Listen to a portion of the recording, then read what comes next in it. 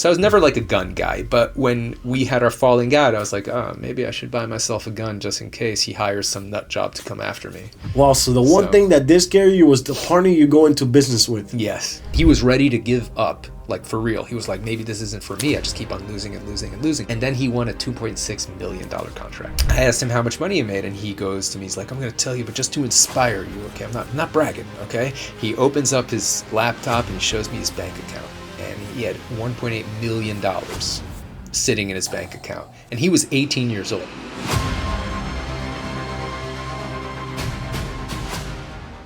Welcome to JLopez Podcast. Man, today I'm so honored and grateful to have a special guest here today. Oh man, I'm actually a little bit nervous because he's super famous.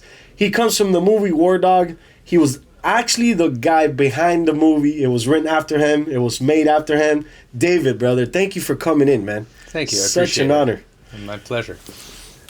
Thank you for having me. Thank you. So we want to, before we get to the famous part, right? I want to know a little bit more about your story, how you know, how you got up to that story, that beginning of making millions. Before that, what were you doing? Before I got into government contracting, I was actually in university. I was studying chemistry, and I was a bit of a nerd. And but I had always been very entrepreneurial, so I've always had a few side hustles. I was working as a massage therapist, as they show in the movie. That part's true. Yeah. But I was doing a few side hustles. I was importing SD cards from China, selling them on eBay. I was importing bed sheets and towels. That part's also true. Yeah. And selling them to nursing homes and hospitals. It wasn't the way they show in the movie. I wasn't like, going from place to place trying to sell it in person. It was all just brokering, like over the phone, but of course that wouldn't make as good of a movie. So right. There's always added stuff to them. How much added stuff was in that movie? I mean, if I had to put a number on it, it was probably about 70% accurate. Okay. So, I would say most of the movie is accurate and the general arc of the story is true. But of course, they add some things to make it more Hollywood. Of course. Yeah. Now, the people's got to watch it, so it's got to stay attractive and active. So, what was your upbringing like? You were born in the U.S.? Yeah, I was born in St. Louis in Missouri. But lived as a kid in Israel. My family's Jewish, so so we moved to Jerusalem. My parents are American, but they were very religious. So my family moved to Israel for my dad's work. He was a rabbi, and I lived there until I was 8 years old, and then moved to Miami and lived here ever since. This is now even more exciting, bro. Yeah, because your father's a rabbi, and you end up even being the guy behind a movie of like completely opposite things. How do now let's go into a little bit of how do you get into this world? So the way I got into arms dealing and government contracting more broadly, just so people understand, government contracting is the business of selling stuff to the government, and we specialized in weapons and ammunition, which is what we got famous for. But the government buys everything, so it wasn't. And the way it wasn't like we just got in for arms dealing, right? We got into the business of selling stuff to the government, and the way it works is when you want to sell something to the government, they are required by law to put it on a website. Nowadays it's called sam.gov, like Uncle Sam.gov. And if you want to sell that thing that they want to buy, you put in your bid, and whoever has the lowest price combined with the best delivery time and the most reliable background, they award the contract to that bidder, and then you could deliver those goods or services, and they pay you, and you collect your profit, right? So I got into it because my friend Ephraim Diveroli, who in the movie is played by Jonah Hill, he got into it from his uncle. His uncle taught him the business, but then he had a falling out with his uncle, and he moved back to Miami, started his own company, started doing pretty well on his own. Like guy's nuts. I mean, he was a workaholic, and started doing pretty well on his own. Then after about a year of working on his own, we bumped into each other. I knew him from like when we were like young teenagers. We met in like synagogue. Our parents went to the same synagogue, so we knew each other from the community. And he asked me what I was doing these days, and I told him about the bed sheet business and the SD card business. And he was like, "Oh, a lot of stuff you're doing is can be applied to the business I'm in, looking for suppliers overseas, arranging logistics, licensing, financing, all that stuff that you need to do in international business. And he's like, but I bet I'm making way more money than you, so you should come and work with me because I need a partner, someone I could trust, someone who's smart, works hard. So I asked him, well, how much money you made? Because I was doing all right, I was, pretty comfortable. So way more money than my friends were making flipping burgers and working as waiters and stuff. Yeah. So I asked him how much money he made, and he goes to me, he's like, I'm going to tell you, but just to inspire you, okay? I'm not bragging, okay? He opens up his laptop and he shows me his bank account, and he had $1.8 million sitting in his bank account. And he was 18 years old at the time. 18 years old. 18 and years you were? Old. I was 22. I'm actually 4 years older than him. And in the movie they say we're the same age, but we're not. Yeah. He was 18 years old, and he made almost $2 million in 1 year on his own. And I was like, holy crap, this guy knows something I don't know, and I should learn this. Right. And so I was like, yeah, teach me what you know, I'm in. And that's when he started teaching me government contracting. And my first contract, originally I wasn't going to even do the weapons and ammo stuff. I was the plan was that I would expand the business by going into other fields that he was, because he was already doing weapons and ammo. He was a gun nut. He's like one of these guys obsessed with guns. Right. So he knew the industry pretty well, and he was already selling ammunition and weapons to the U.S. government, to the Army. And the plan was that I would go into the fuel business. So I started bidding on a bunch of fuel contracts. My first government contract I won was for 40,000 gallons of propane that I delivered to the Air Force in Wyoming.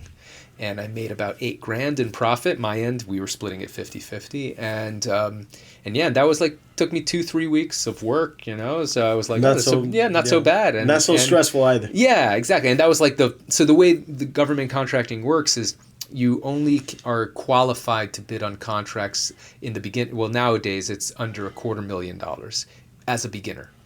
And so you can have zero experience in government contracting and still win a $250,000 contract. And the profit ranges range quite a lot. I mean, on the low end, it's like 10%. We've had, so nowadays I teach government contracting. I have a course called War Dogs Academy. You can check it out, wardogsacademy.com. Yep. And I'm signing up, by the way. Yeah. And one of the questions is about that, but we'll leave it for later. Yeah. So we've had students, in the past year, we've had students win over $10 million in contracts total, just going through our program, going from zero to hero.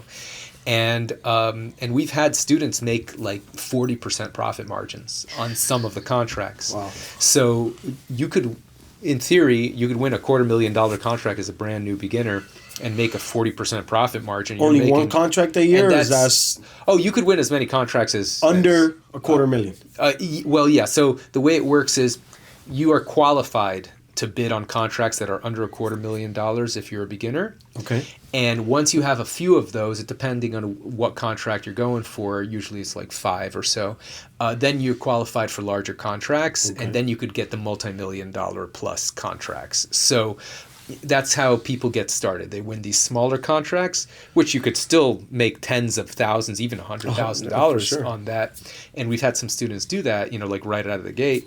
But to do the multi-million-dollar contracts, you usually have to have a few contracts under your belt. Right. So that's why I was going for these smaller contracts for the fuel to build up the past performance, they call it, the history. Yeah. That you could win the bigger contracts. So my first contract was 40,000 gallons of propane. We made, between the two of us, $16,000 in profit, and that only took me 2.5 weeks or so of work. Sweet. Yeah, and so that's kind of how I got into it. Eventually, he got me working on the weapons and ammo stuff because he had so many things he had to. When he mentioned the weapon deal, the weapon story, how did you think of it at that time? Well, I mean, we were selling to the U.S. government, so it wasn't illegal or anything like that. It wasn't shady. If it's legal as far as the government is concerned, it's fine by me. I mean, you don't criticize someone for joining the U.S. Army as a soldier and he's the one pulling the trigger. So, I don't understand people who are criticizing the people supplying that soldier. It doesn't make sense to me. Well, I saw that there's Yeah. about $17,000 that a soldier wears on them. Yes, that's right. Is that accurate? That's about accurate. About yeah. accurate. Yeah, yeah. Oh man, it's a lot of money for Yeah. one person out there that is putting himself on the line. The United States spends a lot on its soldiers. Yeah. Other countries not so much, but yeah, I mean, you have your bulletproof vest, the helmet, the gun, the boots, everything. The night vision, super expensive. You know, there's a lot of stuff, and that's just the equipment The basic they wear. equipment. I mean, yeah, that's without parachutes and the extra other things that are involved. And all the costs of training and maintaining, feeding, transporting. Yeah, the government buys everything. They buy everything from socks to fuel to entertainment services. We've had one of our students in War Dogs Academy won a contract to supply hypnotherapy services to the U.S. Army. Wow. Because they're using it to deal with PTSD. So it's actually clinically proven effective. So yeah, you would not think that the government is looking to buy hypnotherapy service, and he's not a hypnotherapist. He just subcontracts it to someone else. Right. You don't, as a government contractor, you don't need to do the work yourself. You just need to find someone else who does. And only 2% of businesses in the United States are even registered to do business with the federal government, which opens up an enormous opportunity. Well, first of all, for businesses who just want to supply their own goods and services directly to the government, but also for intermediaries, for middlemen, like we were. I mean, like you were, like in the movie. Yeah, exactly. We didn't manufacture the bullets or the guns or anything like that. We just found other people who did. And that's most of the business is done in that way. So there's enormous opportunities for people to sell to the biggest customer in the entire world, which is the federal government. I'm definitely intrigued by it. I'm a small company myself that wants to grow, so we're going to have another chat about that. Absolutely. But this is more about the movie. This is more about you. When did it start getting shady? Because I saw you. How scared were you when you were facing certain people to make those deals? So I dealt with a lot of people who were kind of shady. Like we would meet them in person at trade shows. So we'd go to one famous one we went to was called Eurosatori in Paris. They have it every 1 or 2 years, and it's like an international defense exhibition trade show. And pretty much the representatives of the entire world arms industry is all at this place, right? So like every major company, every small company, and every representative of every military around the world is there shopping, right? So you see, it's really weird because you see like military guys all dressed in their military uniforms, like from countries that are like that hate each other, all like in the same place, all like just like talking selling to the same people. thing. Yeah, selling, buying. They're the military guys are there to shop, right? And obviously the companies are there to sell. But like you see like Indians and Pakistanis who have like a really long history of going to war with each other, and their generals are just they're mingling, having cocktails. No way. Yeah, I mean they're not like this is definitely a money thing. Yeah, absolutely, because that's what war is about. It's all about money. It's who's got the biggest power. No, it's about money. It's about power. It's about security. There's I wouldn't say that war is about one thing in particular, because I mean, and it's also about people's perceptions of what's in their interests, right? So, for example, Russia invaded Ukraine, right? And in retrospect, that was a really bad idea for them, right? Because they lost they almost destroyed their entire economy. Right. And so if it was about money, that was a bad move, right? They're going to lose. They have lost way more money than they could ever get from getting. Now, what they're saying is it's about security, right? They're saying they're not comfortable with NATO being so close, and Ukraine is leaning towards joining NATO, and they want to prevent that. And so in their minds, it's at least what they're publicly saying, it's about security. There's other people who are saying, they wanted to get access to Ukraine's gas pipelines, and there's some additional resources that they want to grab. So it is about money. So there's probably several different factors that go into it. But historically, most wars have been about money, about power, and the power to grab resources. Yeah. 100%. Yeah. 100%. Yeah, but these days it doesn't even make sense, because most countries' money doesn't come from resources. Like it used to be, for most of human history, right? The more land you have and the more people you have, the more money you have, because most money came from agriculture, right? But nowadays, money does not come from agriculture. Money comes from technology and services. And technology is based on a very complicated international supply chain, right? So your iPhone, I don't know the exact numbers, but there are components that are made in like 47 different countries, right?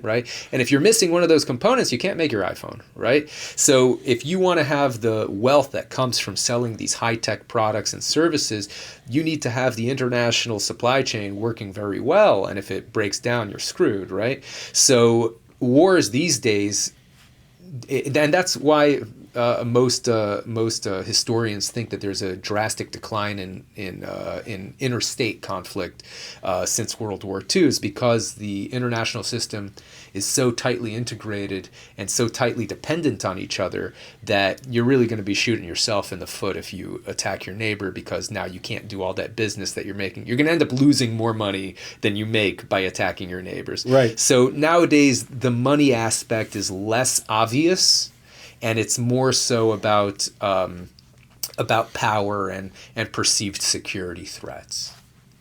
Nice, man. Yeah. So when was the time that you felt the most scared when you were doing all these deals? There was a point in time where you were like, I'm in over my head, or you just kept going even though you felt fear? I mean, I was definitely terrified in quite a few times in this process. When we first won the Afghan contract, the $300 million contract that we got famous for, I realized, man, this is going to be a major, it's like 25 times bigger than anything we'd ever done. Right. And it's going to be a massive undertaking. And if we fuck it up, we're in a lot of trouble. So that I was definitely very scared that we were going to fuck it up. That one right there? Yeah, for sure. But that was more of a fear of failure than a fear for my life or anything like that. Actually, I never felt threatened by any of the people we did business with. So I did meet, like Russians who very much seemed like they were part of the mafia. Yeah. They just had that personality type. Right. I met these people in person at these trade shows. I met a lot of like Eastern European gangster types, but they just wanted to do business. They're not there to like threaten me. They want my money, right? So they want to, even though they look like hard asses, they're not gonna threaten me, because it's not gonna help them, right? The only time I actually felt like my life might be in danger actually was when my former partner Ephraim told me that he didn't want to pay me the millions of dollars he owed me, and I told him I was going to sue him. Right. And then I started thinking, he owes me like $5 million. It's probably a lot cheaper to hire somebody to kill me. And I didn't know how stable he was at the time. Right. Like I wasn't sure if he was actually going to think that and implement that. So that was the first time I actually bought a gun for my own personal use. Wow. I was moving guns and ammo around the world in massive quantities, but I never actually owned a gun myself. You didn't feel the need of it. I didn't need it. I was never a gun nut. I'm a musician. I play guitar. Nice, more of like ironically more of like a hippie type of guy, really? Growing up. Yeah. And so I was never like a gun guy. But when we had our falling out, I was like, maybe I should buy myself a gun just in case he hires some nut job to come after me. Wow. So the one thing that did scare you was the partner you go into business with. Yes. Exactly. That's insane. I would have never thought of that. Yeah. Wow, man. You gotta be careful who you go into business with. Yeah.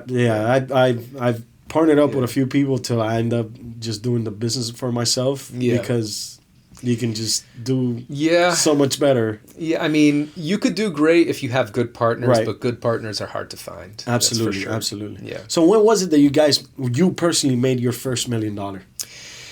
Well, I actually didn't make any money from the government contracting because he never paid me. So I made money before the Afghan contract, but we needed money to finance the contracts because the government only pays you 30 days later, right? And by the time the government paid us, we needed that money to finance other contracts because we were dealing with a whole bunch of different contracts, right? So we're kind of like moving money from one contract to the other. Right. So I never pulled money out of the company for myself because we just kept on rolling the money into the next contract to finance it. And by the time he owed me millions and millions of dollars, he was like, you know what, you don't deserve it, right? So So I left, and I didn't get paid a penny on that entire thing. I made no money Wow. from that entire part of my life. The first time I actually made a lot of money was later. I started a company called Singular Sound. I invented a few musical products for musicians, and those products have sold many millions of dollars worth, and so I've done very well since then. Okay, so I have a question. I know it, but a lot of people probably have it, and we want to go clear on that. Sure. Did you serve prison time? So I got sentenced to 7 months of house arrest. I didn't get any prison time. I mean, I spent a few days in jail, you know, like in a holding cell, you know, while they awaited, you know, the judge to issue bond and whatever. But I didn't get sentenced to any prison time. I got just 7 months of house arrest. And it was because I pled guilty. And they said, the government said originally they weren't even going to charge me with any crimes. Right? Wow. Because I didn't make any money from it. Right, because you never got paid. Yeah, I never got paid. I had quit 2 months before they even raided his office, before they did a search warrant on his office. I was already gone for like 2 months. And I cooperated with the government because, you know, I mean, why wouldn't I? You never got paid. Yeah, this guy didn't pay me. I didn't owe him anything. And at the time, I was actually completely dead broke. I didn't even have money to pay a lawyer. So I had no choice. But in a way, the one thing that saved you was that you didn't make any money. That's true. No? That's true. Wow. But ironically, Ephraim probably would have gotten maybe a year maximum, you know, in prison. But he ended up committing a second crime before he got sentenced for the first one. Wow. And so he invalidated his plea agreement. So they went hard on him for the first one.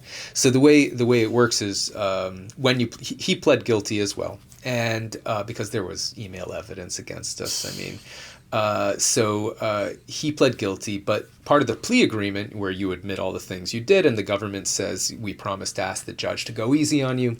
They put in a requirement is you can commit no further crimes before you get sentenced, because how are we going to tell the judge that, you know, you feel bad for what you did if you go and do more crimes, right? So they told him to stop doing the arms industry after he pled guilty, but he did it secretly under someone else's name. Ooh. And he ended up getting caught in an ATF undercover sting where they tricked him into like picking up a handgun. And he was already a convicted felon because he had pled guilty. So it's illegal for a convicted felon to be in possession of a firearm. You can get up to 10 years in prison for that. So he could have gotten 5 years in prison for the arms dealing thing they charged us with for the Chinese ammo, as they show in the movie, and 10 years for the gun possession charge. So he could have gotten 15 years. He spent millions of dollars on the best lawyers in Miami, and he got it negotiated down to 4 years. And he ended up serving 3.5. I think he got like half a year off for like a drug program he did or something. Not so bad after all. Not so bad. Not so bad after so many millions. And he got to keep it. He got to keep all the money, almost all the money. Yeah. Wow. Yeah, because they charged us with fraud, right? So the actual charge that they had was that we lied to the government about where the ammunition was coming from. Because the ammunition, we bought it from Albania, but it had originally come from China. Right. And our contract said that we couldn't supply any Chinese ammo because there's an arms embargo against China, right? So we, you know, even though the ammunition was given to Albania like decades before the arms embargo even existed, so it didn't technically violate the terms of the arms embargo. But our contract didn't mention the arms embargo, so it did violate the terms of our contract, of our commercial contract with the Army. So we didn't want to take the chance of losing a $300 million contract, so we decided to repackage the ammunition and hide the fact that it was Chinese. So they charged us with fraud for lying about the Chinese and about covering it up. Now, with fraud charges, when you get sentenced for fraud, usually the judge will require you to make restitution to the victim, right? Which means you have to pay back the victim the money they lost, right? Now, in this case, the Army didn't lose any money. Right. In fact, they would have saved like $52 million if they had let us finish the contract, right? Because we were way cheaper than anyone else, right? So they couldn't ask Ephraim to pay restitution. So the only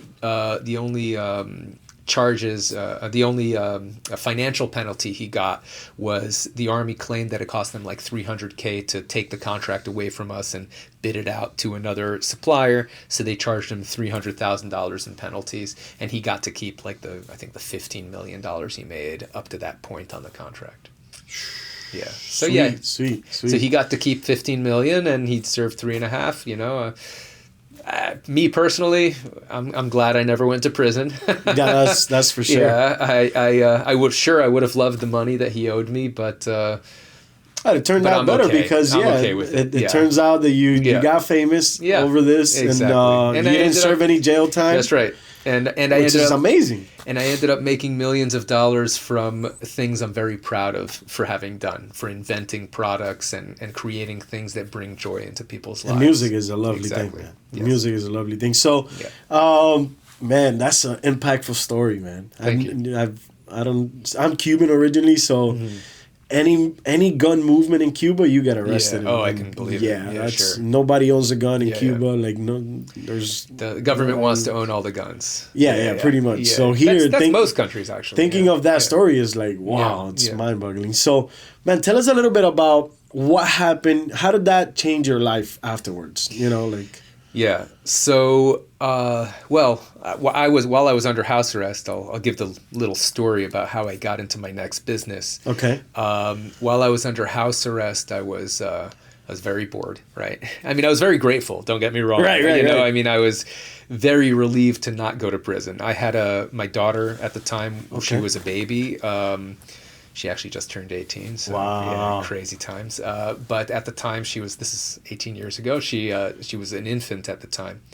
And I, like at first, I thought I might get like years and years in prison. Because, I mean, technically at first, before I pled guilty, they were going to charge me with like 71 counts of fraud, one for each aircraft load that we delivered. You can get 5 years per charge. Yeah. So I was looking at like 355 years in prison. And then they're like, but if you plead guilty, we'll combine it into one. So you can get maximum 5 years. And because you plead guilty, we'll ask the judge to give you on the low end of the guidelines. So maybe a year, maybe just house arrest, Yeah. So I felt very relieved that I ended up just getting sentenced to 7 months of house arrest. It's a million times better than going to prison. That's for sure. For sure. Get your own bathroom, you can watch TV, chill with your family, right? For sure. I had the ankle tracking thing. I couldn't leave the house, but it's not so bad. Yeah. And it's not like a COVID style lockdown. I could have my friends visit me. Right. So I'd have pretty much everybody came by your house. Yeah, exactly. Like my friends would visit me. I have a lot of musician friends because I'm a musician, and we'd jam. We'd play music. Beautiful. But of course, no drummer's going to bring his drum set over because it's a big pain in the butt to move. Yeah, you need a whole van and it's set up, and it would wake up my neighbors. So it wasn't like something reasonable. It wasn't what you expected. Exactly. It to be, but. So I bought a drum machine, which is like an electronic device. Yeah. It's a tabletop thing with a bunch of buttons. It's originally they used it to make like electronic beats and hip hop beats. Yeah. Now it's all done on a computer, but I bought a drum machine, which is a tabletop thing, and I make beats and then play my guitar to it, so I'd have like beats to play along with. But every time I wanted the beat to change, like if I'm going from like verse to chorus in a song, I'd have to stop playing my guitar, press a button on the machine, and then go back to playing my guitar. And it interrupted the flow of the music, and I was like, man, this is so annoying. I tried to like hit it with my toe, but I kept on hitting the wrong button. Right. So I was like, I need something designed to be operated with my foot, like a pedal on the floor. Yeah. And I was sure someone made something like this, so I went online to try to buy it. Couldn't find it. I asked my musician friends if they'd seen anything like it, and they're like, no, I haven't seen, but if you see something like that, let me know. I want one too. That sounds super cool. Right. So I was like, if everyone loves the idea, nobody's making it, it's an enormous opportunity. So I created the world's first drum machine in the form of a guitar pedal. It's called the Beat Buddy, like your buddy that plays the beat. And that was my first invention. And that's how I started my current company, Singular Sound. And since then, I've come out with 7 other products, all for music, for musicians. And it's done very, very well. And I've also gotten into other non-music related products. My brother, so I started Singular Sound with one of my brothers. I actually have 5 brothers. Wow. And 3 sisters. Big family. Big family. Yeah. You were the only one that got in trouble like that? Yes, thankfully, and I hope it remains that way. This is insane. You go from being super famous to back to what you love, doing music. Yes, exactly. And so one of my brothers who helped me start Singular Sound, I was like, after I had such a bad experience with Ephraim, I was like, I need someone I could trust 1,000%, if I'm going to go into business with anyone else. Yeah. So luckily, I feel very grateful that I have great relationships with all of my family members. So I started my company, Singular Sound, with one of my brothers, Ellie. And he's not a musician, but he's a very smart guy. So he helped me, build the company. But he was always complaining to me. He's like, we do so well, and we do really well in the music business, but the music business is really small, right? Because only like 10% of people are musicians, and of musicians, only 10% of those buy really high tech, cool stuff that we make. Like fancy stuff, like the pro level stuff.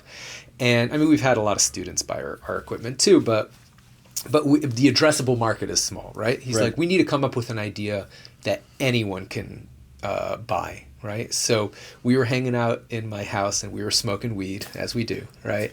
And we got the munchies, and I had some mangoes, and so we were eating some mangoes, and mango's delicious, right? But it gets the fibers stuck in your teeth, right? And so he asked me, he's like, "Hey, do you have like any like dental floss to get these fibers out?" So we go to my bathroom, we're both flossing in the mirror, and I'm like, "Oh my God, this is such a pain. If we could invent something that can floss your teeth for you." Everyone's going to want that because everyone hates to floss and everyone knows they need to floss. So he was like, oh my God, we need to come up with something. And we started spitballing ideas. And over a period of a few months, we finally got a design, and we created a product called InstaFloss. So you can check it out, instafloss.com, like Instagram, but flossing. And what it is it's an advanced water flosser. So there have been water picks on the market. That's the most famous water flosser, which is a device that flosses your teeth for you using a jet of water. Those have been around since like the 70s, and they've done a lot of scientific studies on it. It's actually more effective at flossing than string if you use it correctly. And to use it correctly, you need to like point the water jet at your gum line at 90 degrees. Because if you point it into the gum line, it irritates the gum. If you point it down, it doesn't do a correct floss. You have to point it 90 degrees. You have to trace the gum line, top, bottom, and on the inside pointing out, which is very difficult to do. Most people, when they use a water flosser, they like make a big mess. They're like, this is annoying. They put it under the sink. They never use it again. So what we did was we created a water flosser that instead of one jet, it uses 12 jets, and it gets all four quadrants of your teeth. So top, bottom, outside, and inside. And you just slide the device across your teeth. So you get the entire mouth flossed in just 10 seconds and without any skill required. You just lean over the sink, the water goes right into the sink, no mess. It's called InstaFloss. You can buy one right now on instafloss.com.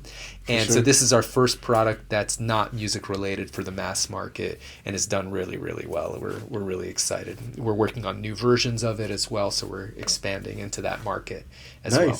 And so that's been my the other company that we started. And just a year ago, we started a War Dogs Academy. Yeah.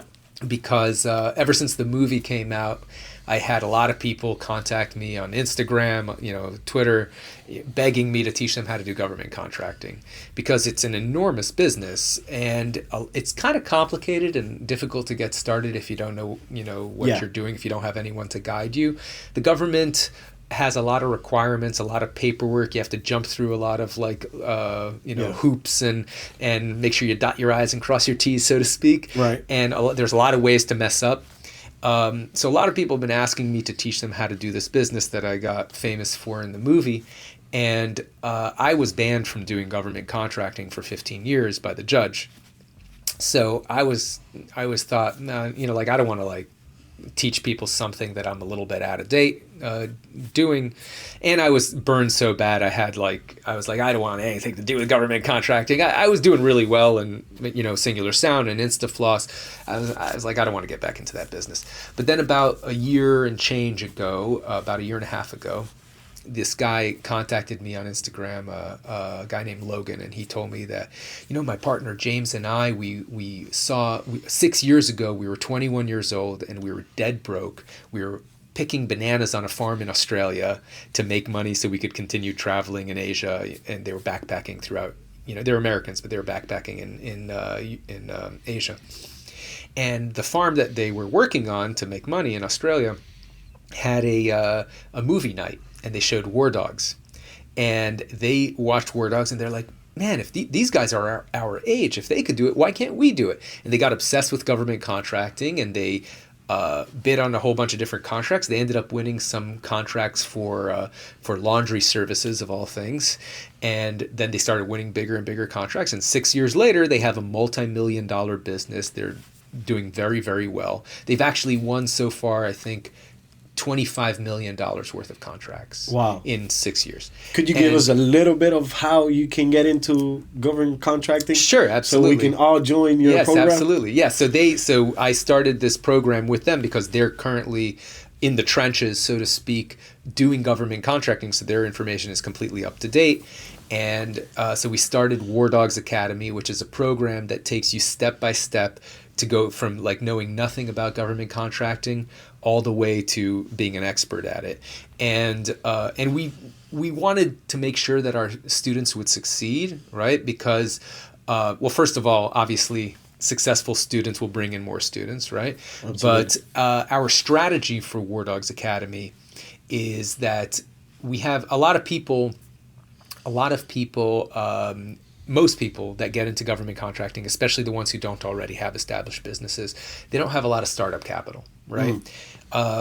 So, and as I said before, the government doesn't pay you until net 30, right? So you need to wait 30 days after you deliver to get paid, and most suppliers want you to pay in advance. So you need money to finance these contracts. So we have a financing arm of War Dogs Academy that finances our students when they win contracts. And of course, we get a finance commission. For sure. You know, they're not required to use our services. This is only if they need it.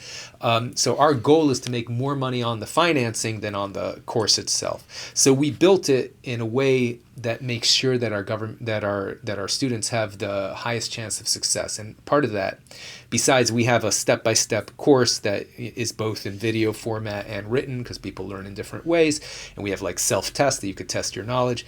We also have a community where all the students in War Dogs Academy can join and interact with each other and make connections and build business relationships. And we hired a few retired government contracting officers to guide our students. So the government has what they call government contracting officers who receives the bids, and they decide who wins the contracts.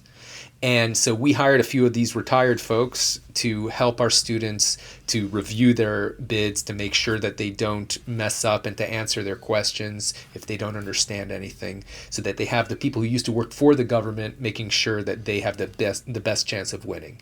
So that's another way that we help our students win contracts. And we just started recently a new B2B program. So for businesses like yours, for example, that you're already an established business, you're already making money, and sure, you could either do it yourself or have one of your employees go through our regular student program and learn things. And it will take a few months usually. We say, and it is reasonable to win a contract within the first 90 days. That's kind of the average. Okay. Some of our students won it within like a few weeks, and some of them took like 6 months. On average, like 90 days is a reasonable time frame to learn the whole program and to actually win a contract. But for established businesses, time is money, right? So if you win a contract even 1 or 2 months earlier than you would have won, now you're making tens, even hundreds of thousands of dollars more that you wouldn't have made otherwise. So we have a program where our in-house experts help B2B, help businesses get going, and we do the entire process for you. So we'll register your company with the federal government. We'll do the research for the set-asides. You're not letting me ask questions, man. Yeah. These are all the questions I have. You just shoot them on, man. Right, well, I know what you're thinking. So, we have, so the government has certain programs called what they call set-asides, right? So, and that's like certain advantages they give to different categories of business. So, for example, if you're a veteran, you have certain contracts that only you are qualified to bid in. If you're a disabled veteran, even other, more specialized.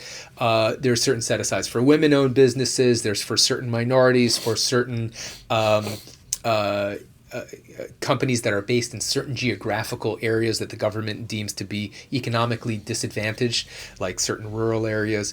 And there's a lot of these set-asides. I'm just giving a few examples. Okay. So part of the B2B program that we do is we do all the research for all these advantages for the business and make sure that they have the best chance. And we go through the entire process along with the business so they can learn as we do it to bid on contracts that you have the highest chance of winning. Right. So, and we fill out all the paperwork and submit it for you so that you have the fastest way to get going in government contracting. And that's our new program that we're targeting towards businesses. If you're a new business like I am that serves services and are willing to go higher than you are right now, to go bigger, to scale your business to the next level like I would like to, I would definitely join this program. Well, we can talk after the podcast. Yeah, definitely. So how does a service company provide, because you guys were selling things, selling manufactured things, but now like as a service company, how do they get in it? How do a service company get in this trade? So service companies actually winning service contracts is some of the best contracts to win. Well, they each have their advantages and disadvantages, right? So the good thing about a service contract, right? So for example, my partners, they specialized in my partners in War Dogs Academy. They specialized in laundry services, right? Okay. So they provide laundry services to the U.S. Army all over the world, right? The U.S. Army has well, not just the Army, but the Pentagon has military bases all around the world, and they need to provide services for their men and women in uniform, and it's all sorts of services, and as well as goods. I mean, they need to provide them food and fuel and clothes, but they also need to clean their clothes, like laundry service. They need to do janitorial services, landscaping services, therapy services, all those things, right? So to take the example of my partners in War Dogs Academy, one of their biggest contracts is based in Germany. There's a big army base in Germany. And what they did, now they're just a couple of guys who live in the United States. They don't have any employees in Germany or anything like that, right? So what they did is they found laundry services companies in Germany who provide these services. They got quotes from them. They put their markup on top of that, right, their profit margin, and they bid it to the Army. The Army looks at all the offers. They're like, okay, these guys are the most competitive. They give it to them, and they hire the service companies to go. They're called subcontractors, right? They are the prime contractor, which means the contractor directly with the government, and they subcontract to the actual people doing the work. Now, what most people ask is, why doesn't the government go directly to the subcontractors? Right. Why do you need this middleman, right?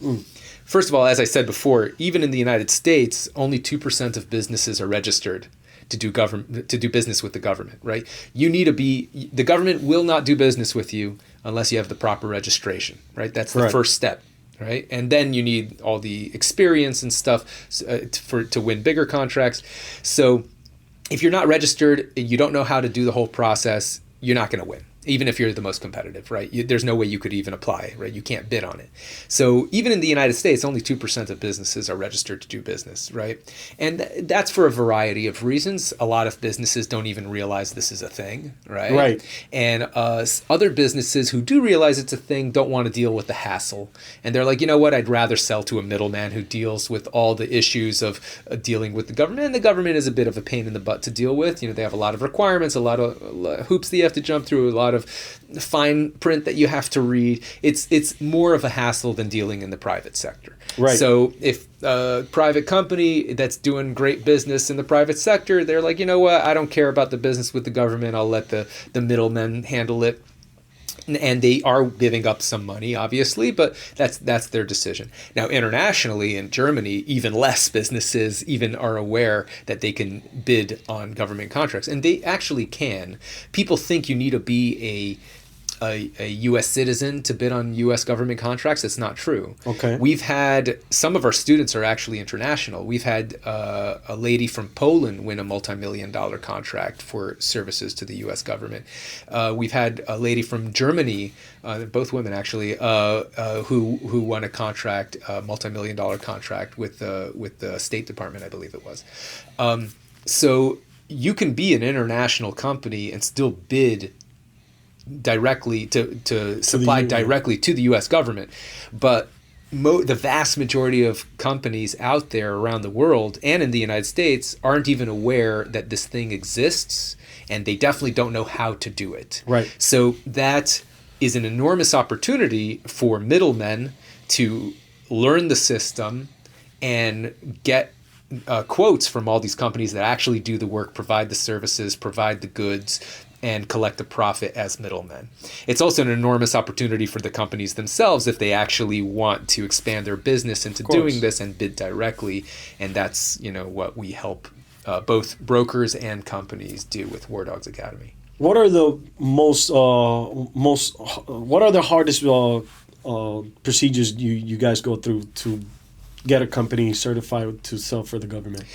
It's difficult is a matter of opinion, about like which part. Some people have difficulty with different aspects of it. There's the initial registration, there's the set aside research to make sure that you qualify for the different types of contracts. Then knowing the kind of contracts that you are most likely to win is an art and a talent, right? Because when you can go to sam.gov, it's open to the public, right? And you could search for whatever good or service that you want to provide and see the open contracts, right? Now, each one of these, they're called solicitations. The government says, hey, we want to buy this, give us a price, right? Each of these solicitations, usually it's in the format of a PDF document, and it's usually about 30 to 40 pages long. Right, even for simple stuff. Right. And the reason for that is because the government has a lot of requirements and laws and stuff that they are required to do in the purchase process. And to give you an example, I bid on some contracts for clothing, right, back when I was doing this, right? And when you bid on clothing contracts, there's some law that says that a certain percentage has to be material that is grown in the United States, like cotton that's grown in the United States. A certain percentage of it needs to be, a certain percentage of the labor needs to be done in the United States. The transportation, there's something called the Jones Act, right? If the transportation is being done from like one U.S. port to another, then it can only be done on a U.S. flagged vessel, right? So that drastically narrows the amount of logistics companies you could use. Yeah, so things you can sell. Exactly. So there are all these different requirements that you have to be aware of and take into account and prepare for in your bid are all complicated things that you need to go through and make sure that you're not messing up, because if you mess up on one little thing, you're just disqualified. I mean, It doesn't matter if you have the best price, the best delivery date. You didn't check this box, submit this form, and now your entire bid and all that work that you put in is for nothing. So it's being able to follow, to understand, and to address all the requirements that the government has in this process is what I would say is the biggest stumbling block for people who are just getting into it. Now, once you have some experience, you kind of you're like, oh, okay, I know what that part is. I know it. You can kind of start skimming through these things. You're like, okay, I recognize this thing because you've seen it like 10, 20 times before. And then you kind of get used to the industry and you know what to expect and what the general things are. And that's what one thing people always ask me is, as a new government contractor, especially if you're a broker, right? You don't have an established business that you already sell a particular product or service. If you're a broker and you're just looking to sell anything, you're looking to win any contract, people ask me, what should I go for first, right? And I say, go for whatever you know the best, right? So if you have experience, if you're a gun guy, go for the guns, right? If you are a laundry services person, go for the laundry services. If you know social media and you know filming, there's contracts for that. There's literally contracts for everything, because the government is the biggest customer in the world, spends like $7 trillion every year. It's insane the amount of money they spend. And they employ millions of people and many different organizations, and those millions of people and organizations have pretty much the needs of the entire economy, right? So anything that you can imagine a big company like General Motors would need, and who employs like hundreds of thousands of people, they because they have their own housing, they have company towns, they have factories, they have their in-house health insurance, they have times that by 100 because Right. it's the government. It's everybody, right? So there's literally a market for everything, and if you have a particular specialty already, if you have some experience in any particular field, then you're already at a slight advantage in that field because you don't have to start from scratch. So for example, who are the best suppliers for that? What are the common stumbling blocks? Who's the best logistics provider to move this particular goods? Like with weapons and ammo, you need special logistics people to move explosives, and you need special insurance and special licensing. And if you know that stuff already, you're going to save yourself a lot of time. So start with what you know. Right. Bid on those things. Don't be afraid to bid on things you don't know, because that's how you learn, right? So if you don't know something, you look into it and you start talking to people, and they teach you all the things you don't know. You hire the experts. Exactly.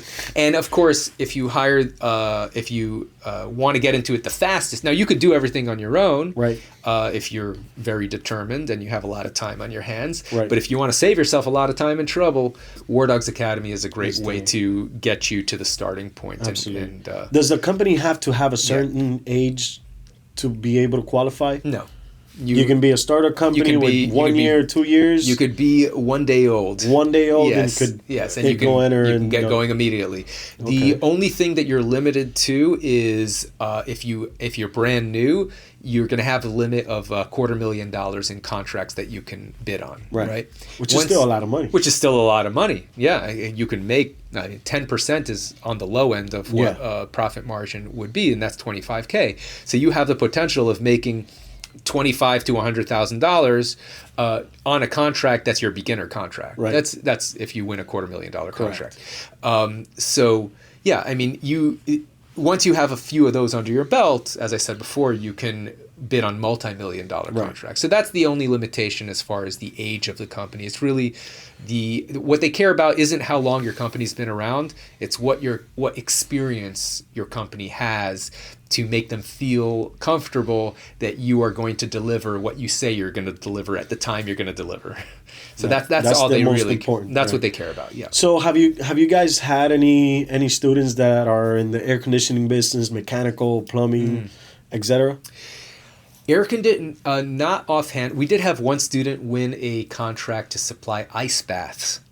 Ice baths. Yeah, okay. you would. It's the most random things, because some army base commander read that ice baths are really good for recovery, and obviously troops are doing very physical, very hard physical activity, and he was like, oh, if we can get our troops to recover faster, we can train them better, etc. So it makes sense. Right. So it's a good investment, and so he won a contract to supply this army base with a whole bunch of ice baths, and he made a decent amount of money for him. That is great, man. Yeah. Because I'm in the air conditioning business. That's an enormous business, and the government has hundreds of millions, if not billions of dollars in contracts for that.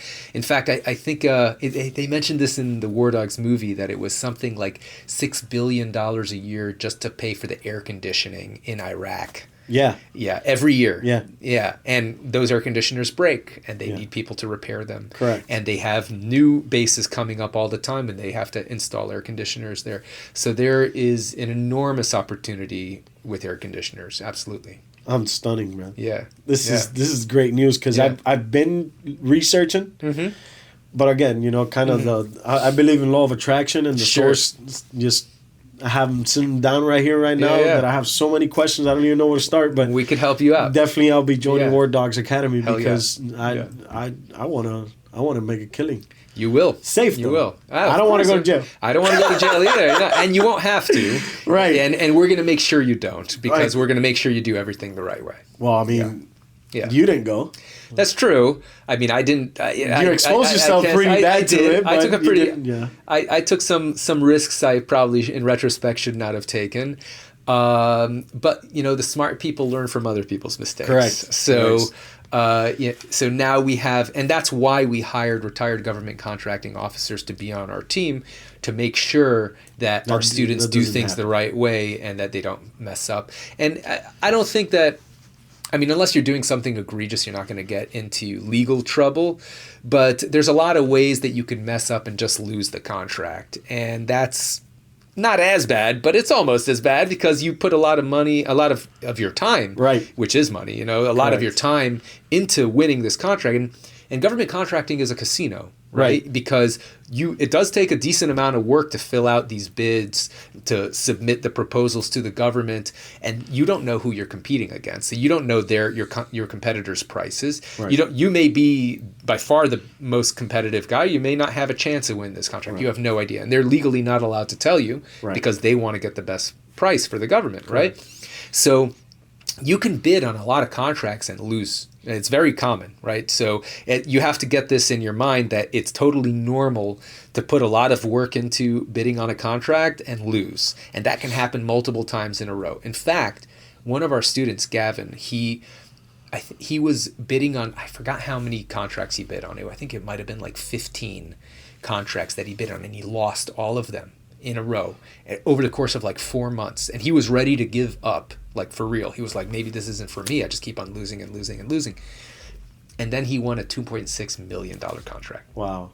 And that set him up. He's like going to make a guaranteed income. That's a services contract. He actually won a contract supplying a security services to, I think, the Department of Veteran Affairs. Wow. So, yeah, and you would think that the government does their own security. Right? You would think that. It's so strange. The government really contracts. When they're short-staffed, if they don't meet their recruitment goals, they need to go to the private sector. Right, because and that right now is so hard, even for regular companies that aren't going through so many procedures and background checks and all this good things. Yeah. So, do they run a background check on that company to see if it qualifies? What are the things to qualify for it? So, as far as background checks go, the things that they run background checks for is if, for example, the security services contract that our student Gavin won. They will run a background check on the actual people providing the security services, like the security guards who are going to be on the base. To get access to that base, they need to go through a background check. So they will require, they'll be like, give us the list of all your actual service providers, the security people who are going to be doing the work. He provides them that information. They do the background check on those people, and then they approve them to get access to the base. They don't do a background check on the actual government contractor who's winning the contract and getting paid for it. And because there's no need. Unless it's something classified information, there's no, and the vast majority of things are not. Right. So you can be a convicted felon, you can have a track record, criminal history, and you could still win contracts with the government. This is not a disqualifier. Why? Yeah. Wow. That was a good question because I know a lot of business owners that are probably thinking of it. Yeah. Going back to it just popped up in my head because I have a 17-year-old. Yes. And almost 18 already, right? Like yours. How does your daughter see you after all this drama that you went through? Yeah, it's really funny. That people always say that your kids are always the least impressed by you, Right. Well, that's true. Yeah.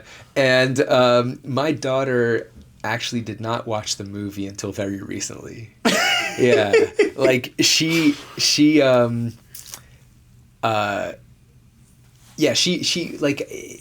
knew about the movie for years, of course, but she knew about your story. Yeah, she knew. I mean, she knew broadly about the story, but she hadn't watched the movie until like just a few months ago. Wow. And I asked her, I'm like, you're not curious about watching a movie that's about your dad? And she's like, I've seen the previews. It doesn't look like my kind of movie. and because she's like into like Japanese anime and stuff like that. She's not into, this is like a guy movie, Right, it is. But still, you would think, your daughter is like. That's what I said. So I was like, I understand it's not your kind of movie, but like, it's about your father. Like, aren't you curious? And she was like, all right, fine, I'll watch it. Like she. This is what, 17, 18 years old? Yeah, she was 17 years old at the time. So yeah, I mean, I asked her, I'm like, you're not like curious to see the movie? She's like, all right, fine, I'm going to watch it. And so I watched it with her. And her biggest takeaway from the movie was that, so my daughter is, her mother is mixed race. So her mother is like half African, half white Spaniard. She's from Spain originally, but her mother's mother was from Africa. Okay. And so my daughter is mixed race as well. She's a little darker, kind of like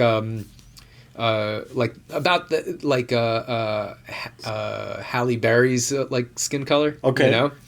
And so my daughter saw, there's the baby in the movie that is playing her, right? And and she's like, they have a white baby playing me. They whitewashed me. This was the one thing. Yeah, the one thing she cared about. She's like, well, the guy doesn't look like you either. No. I told her, I'm like, yeah, and they gave me hair in the movie. Yeah, did you have hair? No, I did not. And and I told my daughter, I'm like, they hair washed me. Okay, they made you white and they gave me hair. This is Hollywood. Right. So you were how old were you when you went bald? I started losing my hair when I was 16. No way. Yeah. I thought I was really the fastest guy that lost his hair. Yeah. I started losing my hair at 23. Oh wow! So by the time you were committing all this, I was already deals. I was already shaved. Yeah. I started shaving my head when I was 18. Okay. Yeah, because the comb over was looking bad. Yeah, and I was like, okay, same thing happened. Yeah. I'm like, come on, man. Yeah, it just looks better when you shave it. Yeah. My dad still wears the 3 hairs he's got up front, wraps it around. Yeah, that's hilarious. Like, come on, man. Yeah, it looks You're worse too old for that, dude. Yeah. Shave it off.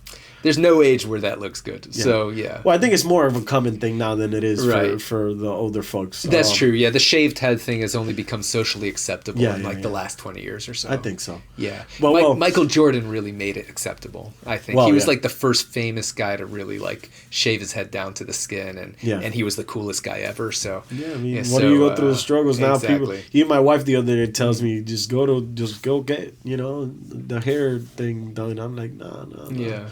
Yeah, I'm good. Everyone's got their thing, Yeah, I don't judge. You're not with the mother of your child. What you mean, like now? Yeah. No, we got divorced when my daughter was 5. Wow. So, yeah. Okay. Yeah. So I'm single. Ladies, hit me up.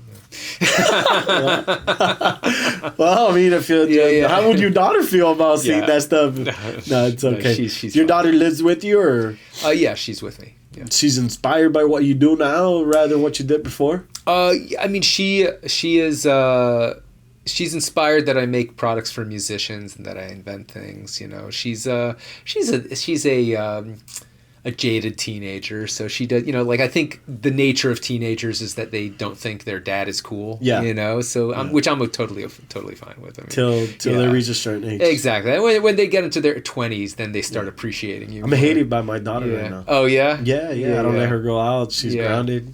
Oh, okay. Yeah, that's rough. She can't wait to be 18. Yeah. Well, she thinks when she's 18, she's gonna do whatever she wants. Yeah, then she'll realize that she needs to start paying her own way. Yeah, the money doesn't come easy, Yeah, it doesn't. Man, what a great story. You gotten through all my questions. I do want to ask a personal one. Sure, go ahead. Would you go back and change it all? Man, the time travel question, right? If you had a time machine, would you go and change something? I wouldn't, because I don't know how it would have ended, right? If I changed something. So, yeah, would I have liked to have made millions of dollars? Sure, of course. I would have loved to have made that money that I was owed, and I would have loved to have not messed it up, and we could have made a lot more money in the long term. But I don't know how that would have changed me as a person, right? If I had stayed in the business and become a career arms dealer, maybe I wouldn't be the person that I am today. And I'm very happy with who I am today, and I'm happy with the business I'm in. I love the work I do. I love the people I work with. I'm very proud of the work I do. And so I'm very happy with how I am today, and so I wouldn't take the risk of changing that. So I'm happy with how it ended up. I didn't go to prison, which was a huge win, and I got a movie made about me, and who gets to say that, right? Not many people get that, especially people who are alive, and especially being portrayed well in the movie as the good guy. Yeah. It's very, very rare, and so I'm very, very grateful of how things ended, and I know that it could have ended way worse, and so I wouldn't change a thing. Thank God you didn't get paid. Yeah. Even though I didn't get paid, it was worth it. It was all worth it. Fast forward 15 years from you now being able to submit contracts, will you do it? So I'm actually looking into submitting contracts for musical equipment and also for the InstaFloss to supply InstaFloss to the government. That's gonna because be huge. it will be because dental health is actually directly correlated to general health. They've done studies that people who don't floss and brush their teeth have much higher rates of heart disease and other issues because your mouth is if you don't floss or brush, you get like inflammation, and that's a direct line into your cardiovascular system. So like any bacteria and stuff, and we have a lot of bacteria in our mouth, can get into the gums and can infect your entire system. So it's critical for your general health to take good oral health care. Right. And so we are working on convincing the Army that all their soldiers should be using InstaFloss. I think that's gonna go great. Yeah, thank you. That's gonna go amazing. What's the time frame? Are you gonna do it under somebody, or are you finally able to do it under you? No, I could do it under my. So it's been already 15 years. It has been. I am now qualified to bid on contracts directly again. Yes. That's amazing. Yeah. So fast forward, you're now a free man to do whatever you like. Exactly. back in business. Yes. Yeah, man. Yeah. How would you think the music stuff will be sold for the government? So the Army has a band, lots of bands actually, so we can sell music equipment to the U.S. military as well as to the many agencies of the federal government. Well, in my perspective, I think music is way more important than all those guns that you sold. Well, I hope they are. I hope it makes is. Happiness. It makes Absolutely. joy. Absolutely. It makes all these beautiful things that are involved with music that aren't involved with guns. No, that's true. I mean, I wish that the world was in a situation where we didn't need guns. Unfortunately, they say that a gun is a tool. Right. And you could use it to kill somebody. You could also use it to prevent yourself from being killed. Right. So it all depends on how you use it. The same thing with a knife. You could use a knife to chop vegetables, or you could use a knife to cut someone's throat. The knife itself, the gun itself, is not bad or good. It's all in how you use it. Who triggers it. Exactly. So I hope that we get to live in a world where we don't need guns anymore, and that we could spend all our money on music equipment instead. Amen to that. But until then, someone's going to need to supply it as well. I don't know if you hear it, but right next door we have a music studio. Oh, yeah. Can you hear the bass? I can, It's dumping in there. Yeah. So right off course. But to end this up, I have always the one question for everybody. Sure. What would you tell your 5-year-old? My 5-year-old? Yourself, 5 years old. As a 5-year-old? Don't stress too much about things. It'll work out. Are you still? Do you apply that to your older self now? Absolutely. Yeah, I think I'll take that with me. I always work on not stressing myself out because obviously you don't want to be cavalier about things. You want to be proactive and work to do things to make sure they happen, because if you don't work at things, nothing will happen, and you have to be careful about things going wrong. But stressing about things that you have no control over is just going to be bad for your health, and is going to interfere with you doing productive things that will set you up for success. And one last giveaway you want to give to the audience. Go to instafloss.com, get yourself an InstaFloss. It'll be worth the investment. Go to singularsound.com if you're a musician and you would like to see some amazing equipment that will really bring your musical life up a notch. And join War Dogs Academy if you would like to learn how to do government contracting. Where do we find you? Me personally, I'm at David Packouz, Packouz. I'm on Instagram, Twitter, even TikTok, though I don't use it that much. But mostly Instagram is the biggest social media platform I'm on. A bunch of girls are going to hit you up. That's what I like. Well, guys, there you have it, David. Please subscribe. It's very important that you subscribe. We're going to have more guests. This was a special one. This was a gift of God, like I would like to say it. Subscribe to our channel. Hit like. Follow him. Follow me. All the above. Thank you much for watching. Dave, thank you for being here. My pleasure. Thank you for having me.